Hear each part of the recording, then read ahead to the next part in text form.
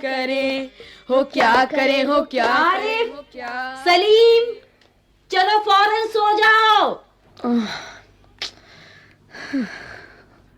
अम्मी की आवाज ऐन उस वक्त आती थी जब वे दोस्तों के साथ बैठे कव्वाली गा रहे होते थे या फिर सुबह बड़े मजे में आइसक्रीम खाने के सपने देख रहे होते कि आपा झिंझोड़ कर जगा देती। जल्दी उठो, स्कूल का वक्त हो गया।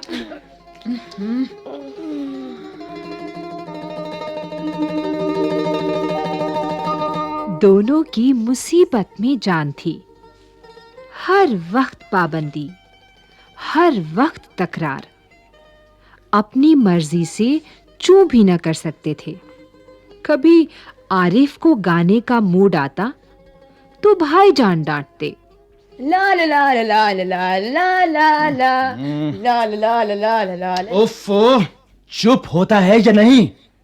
हर वक्त मेंढक की तरह टर्राए जाता है। बाहर जाओ तो अम्मी पूछती, बाहर क्यों गए? अंदर रहते तो दादी चिल्लाती, बॉल पकड़ो। हाय, मेरा दिमाग फटा जा रहा है शोर के मारे।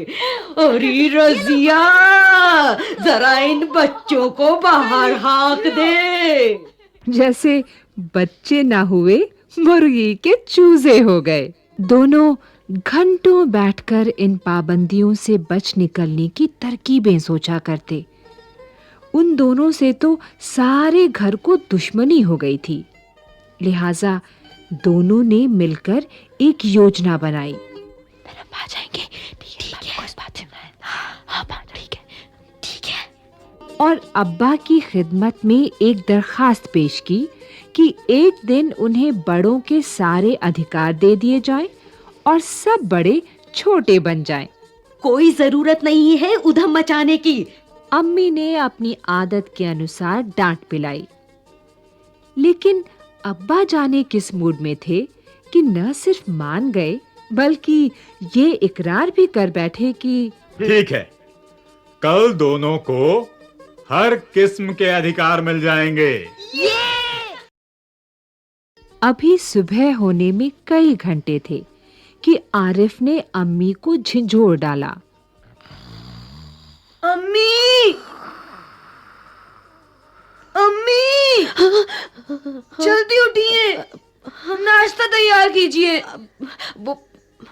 अम्मी ने चाहा एक झापड़ रसीद करके सो रहें, मगर याद आया कि आज तो उनके सारे अधिकार छीने जा चुके हैं।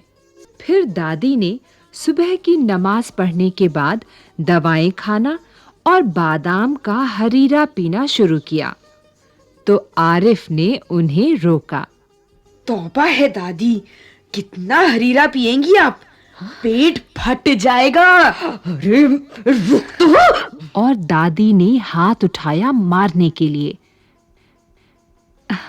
नाश्ता मेज पर आया तो आरिफ ने खानसामा से कहा, अंडे और मक्खन वगैरह हमारे सामने रखो, दलिया और दूध बिस्कुट इन सबको दे दो। जी। आपा ने कहर भरी नजरों से उन्हें घूरा, मगर बेबस थीं, क्योंकि रोज की तरह आज वो तरमाल अपने लिए नहीं रख सकती थीं। सब खाने बैठे तो सलीम ने अम्मी को टोका। अम्मी, जरा अपने दांत देखिए। पान खाने से कितने गंदे हो रहे हैं। मैं तो दांत मांज चुकी हूँ। अम्मी ने टालना चाहा। नहीं, चलिए, उठिए।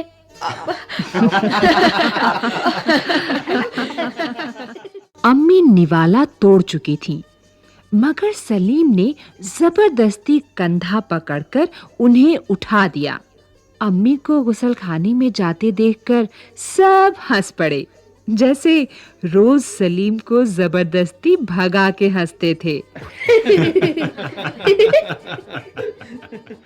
फिर वो अब्बा की तरफ मुड़ा जरा अब्बा की गत देखिए, बाल बड़े हुए, शेव नहीं की, कल कपड़े पहने थे और आज इतने मैले कर डाले। आखिर अब्बा के लिए कितने कपड़े बनाए जाएंगे?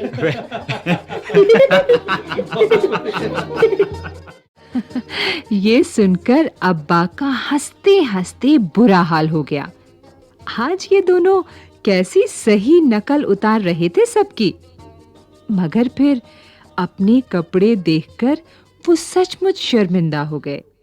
थोड़ी देर बाद जब अब्बा अपने दोस्तों के बीच बैठे अपनी नई गजल लहक-लहक कर सुना रहे थे, याद नहीं, याद नहीं। वाह वाह वाह, क्या बात है, वाह वाह वाह। तो आरिफ फिर चिल्लाने लगा, बस कीजिए अब्बा, फौरन ऑफिस जाइए, 10 बज गए। चुप। अब्बा डांटते-डांटते रुक गए। बेबसी से गजल की अधूरी पंक्ति दांतों में दबाए पांव पटकते आरिफ के साथ हो लिए। रजिया, जी जरा मुझे 5 रुपए तो देना। जी। अब्बा दफ्तर जाने को तैयार होकर बोले। 5 रुपए का क्या होगा? कार में पेट्रोल तो है। आरिफ ने तुनक कर अब्बा जान की नकल उतारी, जैसे अब्बा कहते हैं कि एक अन्ने का क्या करोगे? जेब खर्च तो ले चुके। थोड़ी देर बाद खानसामा आया। बेगम साहिबा, आज क्या पकेगा? आलू, गोश्त, कबाब, मिर्चों का सालन। अम्मी ने अपनी आदत के अनुसार कहना शुरू किया। नहीं, आज ये चीजें नहीं पकेंगी। सलीम ने किताब रखकर अम्मी की नकल उतारी। आज गुलाब जामुन, गाजर का हलवा और मीठे चावल पकाओ। हाँ, लेकिन मिठाइयों से रोटी कैसे खाई जाएगी? अम्मी किसी तरह सब्र न कर सकी। जैसे हम रोज सिर्फ मिर्चों के सालन से खाते हैं। हाँ। दोनों ने एक साथ कहा। कितनी बार कहो टाइम से आया कर। दूसरी तरफ दादी किसी से तू तू मैं किए जा रही थी। मैं तो तंग आ चुकी हूँ, क्या करूँ मैं? ओह, थक गई मैं। दादी तो शोर के मारे दिमाग पिघलाए दे रही हैं। आरिफ ने दादी की तरह दोनों हाथों में सिर थामकर कहा। इतना सुनते ही दादी ने चीखना चिल्लाना शुरू कर दिया। ओफो, आज ये लड़के मेरे पीछे पंजे झाड़ के पड़ गए हैं। ये तसल्ली रखो अम्मी, बस एक ही दिन की तो बात है। अच्छा। मगर अब्बा के समझाने पर खून का घूंट पीकर रह गईं। कॉलेज का वक्त हो गया तो भाईजान अपनी सफेद कमीज को आरिफ सलीम से बचाते दालान में आए। अम्मी, शाम को मैं देर से आऊंगा, दोस्तों के साथ फिल्म देखने जाना है। खबरदार। आरिफ ने आंखें निकालकर उन्हें धमकाया। कोई जरूरत नहीं फिल्म देखने की। इम्तिहान करीब है और हर वक्त सैर सपाटों में गुम रहते हैं आप। अच्छा, मैं पहले तो भाईजान एक करारा हाथ मारने लपके, फिर कुछ सोचकर मुस्कुरा पड़े। हाँ?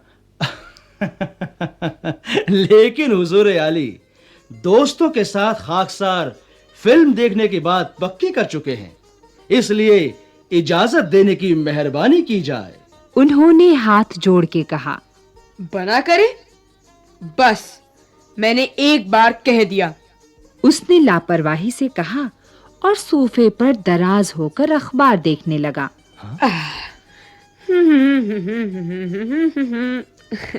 उसी वक्त आपा भी अपने कमरे से निकली। एक निहायत भारी साड़ी में लचकती लटकती बड़े ठाठ से कॉलेज जा रही थी।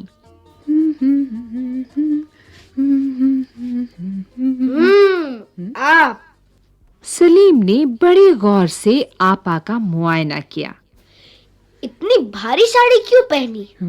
शाम तक गारत हो आएगी। इस साड़ी को बदल कर जाइए। आज वो सफेद वॉल की साड़ी पहनना। अच्छा अच्छा, बहुत दे चुके हुक्म। आपा चिढ़ गईं। हमारे कॉलेज में आज फंक्शन है। उन्होंने साड़ी की शिकनें दुरुस्त की। हुआ करे, मैं क्या कह रहा हूँ सुना नहीं?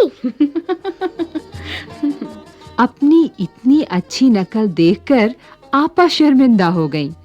बिल्कुल इसी तरह वो आरिफ और सलीम से उनकी मनपसंद कमीज उतरवाकर निहायत बेकार कपड़े पहनने का हुक्म लगाया करती हैं। दूसरी सुबह हुई। सलीम की आंख खुली तो आपा नाश्ते की मेज सजाए उन दोनों के उठने का इंतजार कर रही थीं। हाँ? अम्मी खानसामा को हुक्म दे रही थीं कि हर खाने के साथ एक मीठी चीज जरूर पकाया करो। जी बेगम साहिबा। अंदर आरिफ के गाने के साथ भाईजान मेज का तबला बजा रहे थे।